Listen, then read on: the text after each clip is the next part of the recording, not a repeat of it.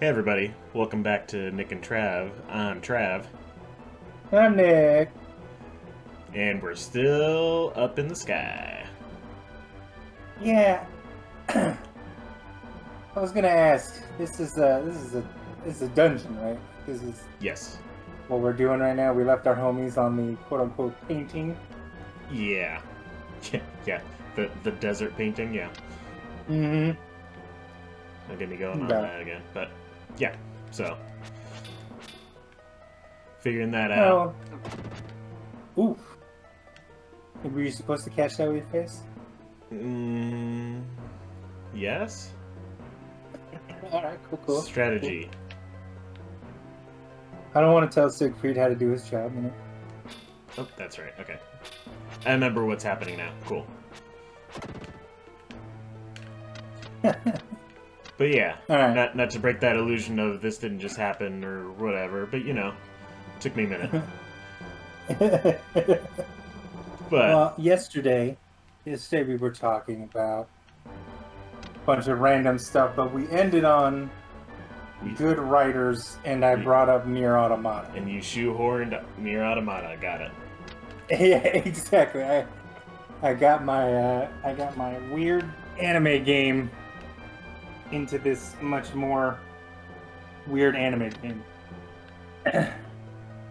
So, real quick, once again, Travis, I know I've asked this question, I think twice, but you played Nier Automata, correct? That's correct. Okay, and it was I believe it was per my and maybe someone else's recommendation that you do such a thing.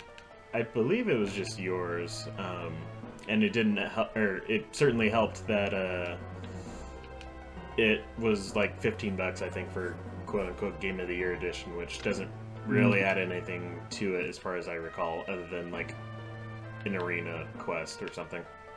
No, you get like you get a few skins for the pods, and you get a couple of trinkets. Other than that, that's really it. It's nothing too. It's not game breaking. Sure. And it doesn't like obviously the DLC for the game isn't that like crazy because it's kind of just not story DLC. Right. Which once again, talking about Yoko Taro, which is the brain behind all of the Nier series, along with Drakengard. God, he's a weird guy. He's just a weird guy. He always wears his Emil head. Oh, I have seen those. No pictures. no one sees his face. That's just how he is. So he's just And, basically like dead now. Yeah, pretty much. Except Japanese and really good at writing stuff and really into thighs. He's a man after my own heart. Of course. But yeah, so Nier Automata, great game. Let me see if I can. I'm gonna pull up its wiki article so I can get the dates right for it. Yeah. All right. Yeah, because I So mean it's 2000. Yeah, it's 2007. No, 2017. Sorry. Yeah, I was gonna say, whoa. That came out when I graduated. This came out when I was born. But yeah. Go on. So yeah, I was just gonna say. So it sounds like the whole history of this game, like this series, is pretty weird. To go along with Yoko Taro. Like all that you're like all you're talking about here. So if I recall, like you were basically telling me before that what was the other game called? Drakengard? Yeah, it was Drakengard, yes. So you're saying Nier basically came out of like some I'm gonna mess it up, probably like some post-credit, like I don't know, rhythm No, it game was or something? It was it was an ending. It was an actual ending. Okay. So it was ending E of the first Drakengard. And what had happened is the main character. Okay, so you know what? Spoilers for everything fucking Nier and Drakengard on this episode. So Just if you want to go and experience it and love it and figure it out and go down the rabbit hole, go do that right now. Come back to the video and watch it.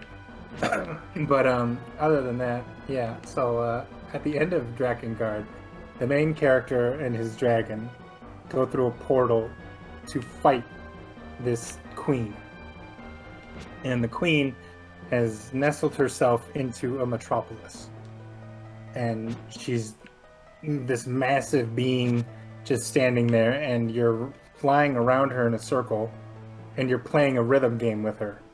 So she'll let out a ring, and you'll let out a ring, and they'll combine, and obviously they have to be the same color, you know. And it's a rhythm. It's the rhythm. It's pretty much just a rhythm game. You play a song, and then you defeat her, and then she dies, and pretty much dissolves, and her flakes, the flakes of her body, fall into this metropolis and start to change the people around them. And that leads into the first Nier game.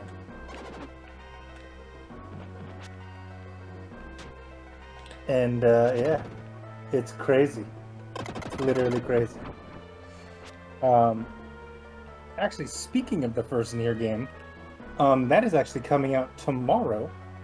As of recording this, Nier, I believe it is Gestalt, is what they're calling it. That was Replicant. Replicant, there we go. Gestalt, the other one, sorry. It's popping Nier. There we go, yeah, Nier Replicant. Yeah, it's coming out tomorrow.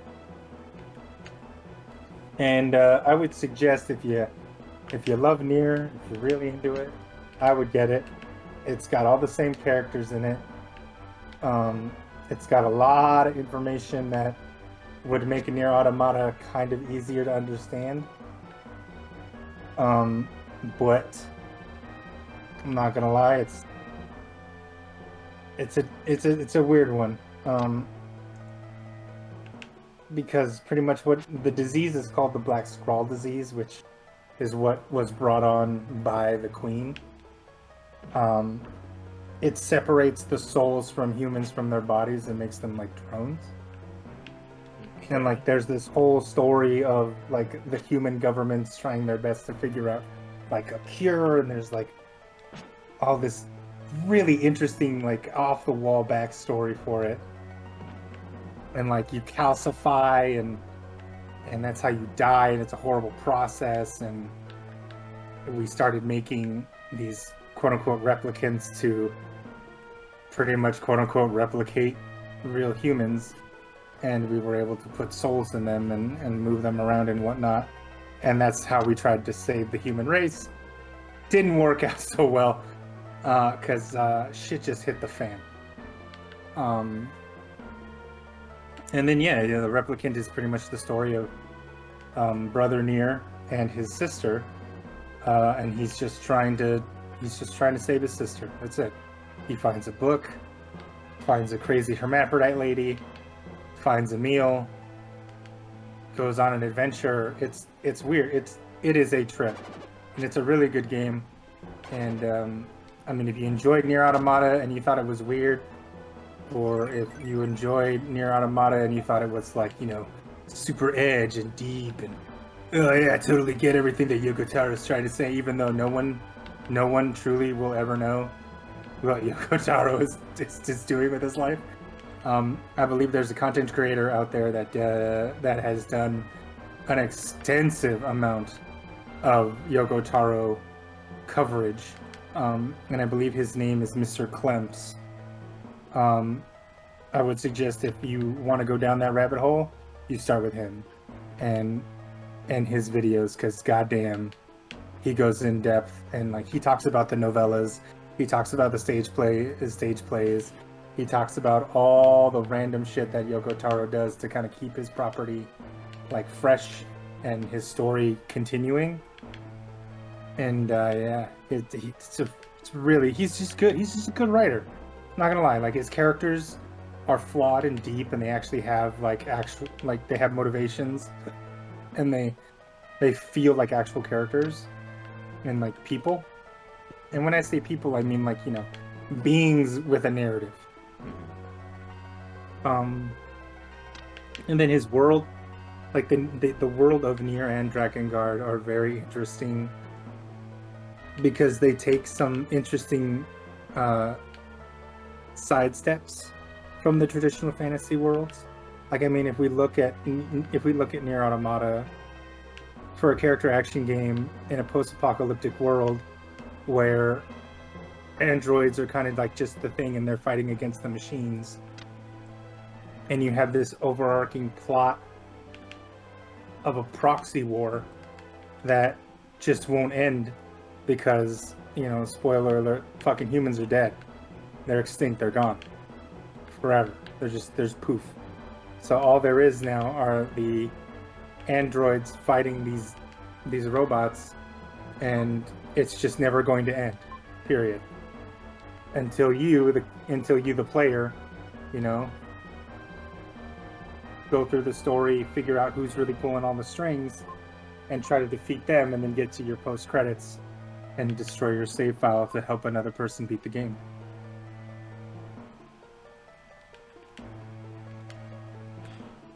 Yeah, I mean, Which by the way, Travis, did you destroy your save file? Yes. Are you saying that just to let somebody know that you did it? Well, am I saying that to say that I did it? No, I said it because you asked me, and I did do it. Okay, good. Because I felt like that was really cool. That was a really cool way to end the game, where you're like trying to play the shmup, and you're just getting your ass handed to you, and then they're just like, "Yo, dog, we'll help you." And then as they die around you, their save files are fully destroyed, and I thought that was beautiful. Well, and it's a good, like, outside of the game itself, like, I think that's a good way to perhaps get people to come back, or at least, like, it could be easily one of those games where it's just like, I collected everything, like, I'm master of the universe, cool, and then, like, maybe you never visit it again, or, like, maybe you go mess around with it again. But, like, if you don't have that save file, maybe you're like, oh damn, I gotta do this whole thing over again, so then let's get into it. Because I wanna experience Nier Automata again.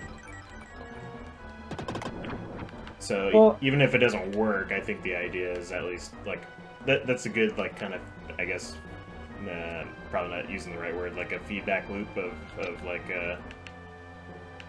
you get rewarded for, I guess, sacrificing your save file in more ways than just, like,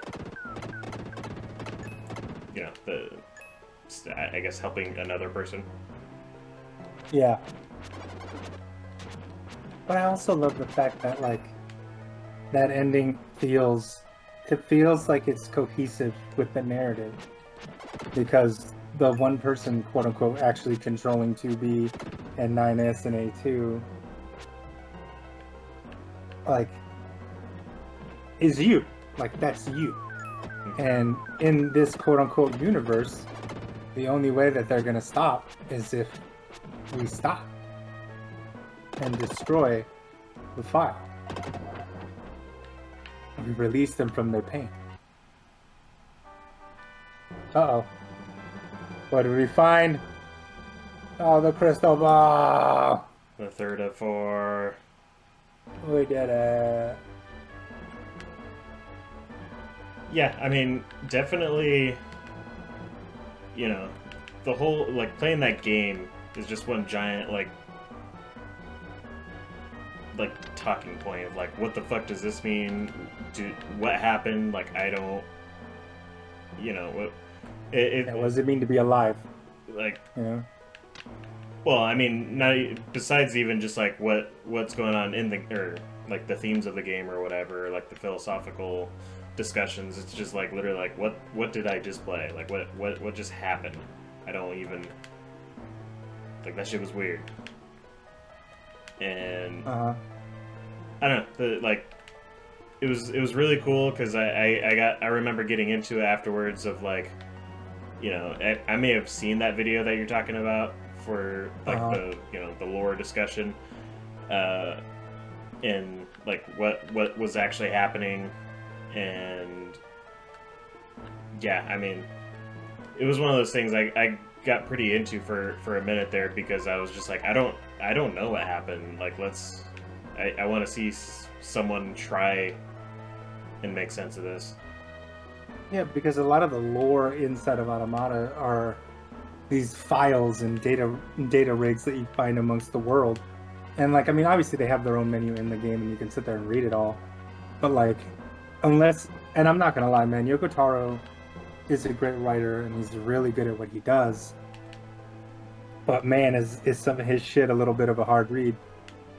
Um, I'm not talking like George R. R. Martin type of hard read where it's like every single character's got 15 names and ranks and he's got to have the entire scene visualized in front of you, and it takes a paragraph to say that this man coughed.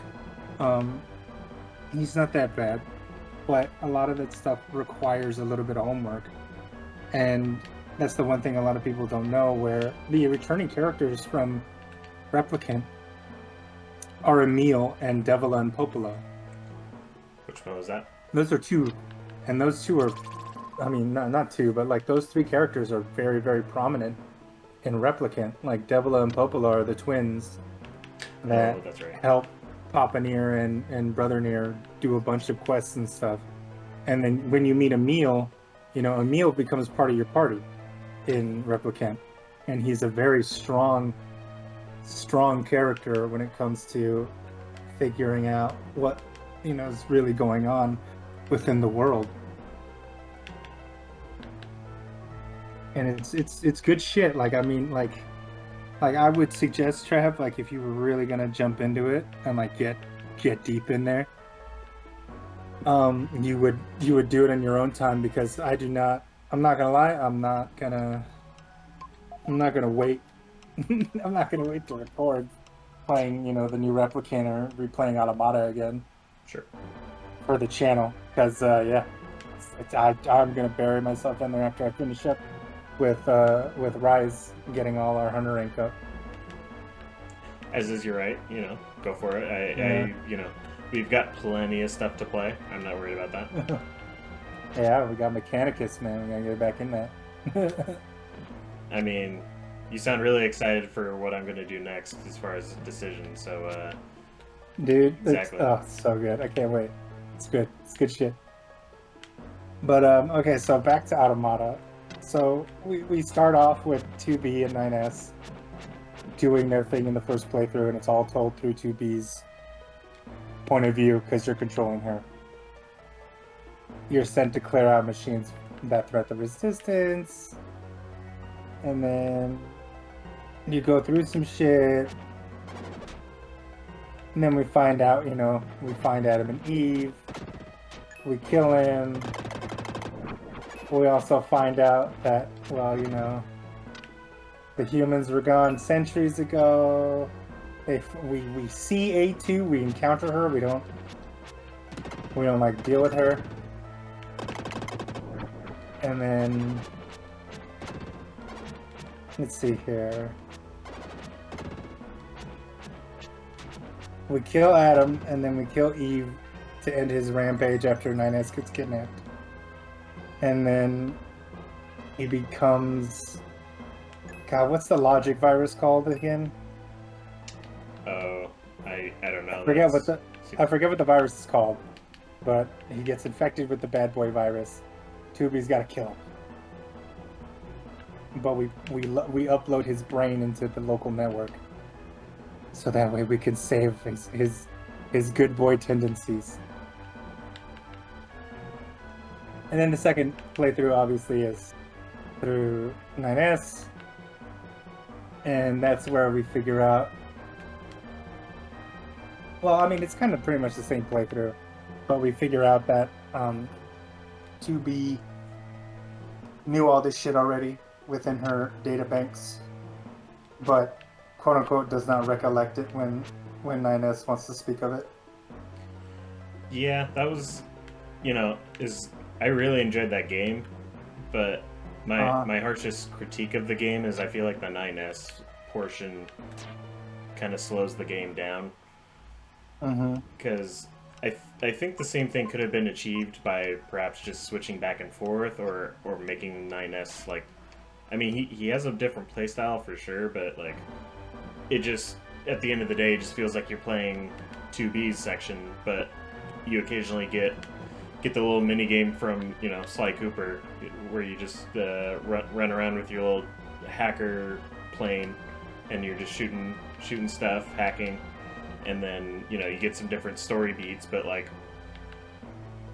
they're few and far between. So I don't know. I feel like they could have either just kind of melded them together, or maybe during 9S is just like giving them a lot more to his story, like where things were at least different, or just make his like. Again, like I know his playstyle was different, but just something to where if different locales or something when he wasn't with 2B, because it was just ended up being the same game twice for me. So you felt it wasn't different enough? Yeah. Because at the end of the day, it felt like you did, because I know you have every letter of the alphabet is like ending A, ending B, or is like the first two, and then you get into the meat and potatoes, and it's like, for as much as that happens after those two, their two like stories before you get into 2A, or A2. Yeah. It just seems to me like they could have. I don't know. Like the second half of the game it's mostly its own thing. Like I know you kind of you switch between 2A and 2B, and I feel like that was handled a lot better because for one thing they gave you the choice. You go like, do you want to be 2A or do you want to be 9S? And so at least that gave you the choice to just do it all at one chunk and then redoing it. But even that, like the gameplay, like you were doing different things at the time, Yeah. So I feel like they could have just kind of done that the whole time and then just, swap into 2B with A2. I don't know. But that's not to say, like, it was a very good game. It was one of the first few of that, like, genre of, like, Devil May Cry and Bayonetta and all that stuff. Like, I can never get past, like, 5 hours or whatever of playing those games because it's, like, cool, hacked and slashed and beat some stuff, and that was cool, but moving on. Yeah, I'll give you that. A lot of people aren't big fans of character action games. But I feel like when it comes to the Nier series itself, the character action game part is just one part of like a million other different ways that the game's combat works. Like you have the hacking minigame, you also have all the shmup stuff where you're dodging things, flying little craft and shit like that. And then the narrative itself, I feel, also carries that game very far. And that's a good thing. Yeah. So, I think we'll probably have some more to talk about there, but next time on Nick and Trap. Alright, sweet. Ow. Oh, you're getting it. We'll move there. In the balls. So many balls.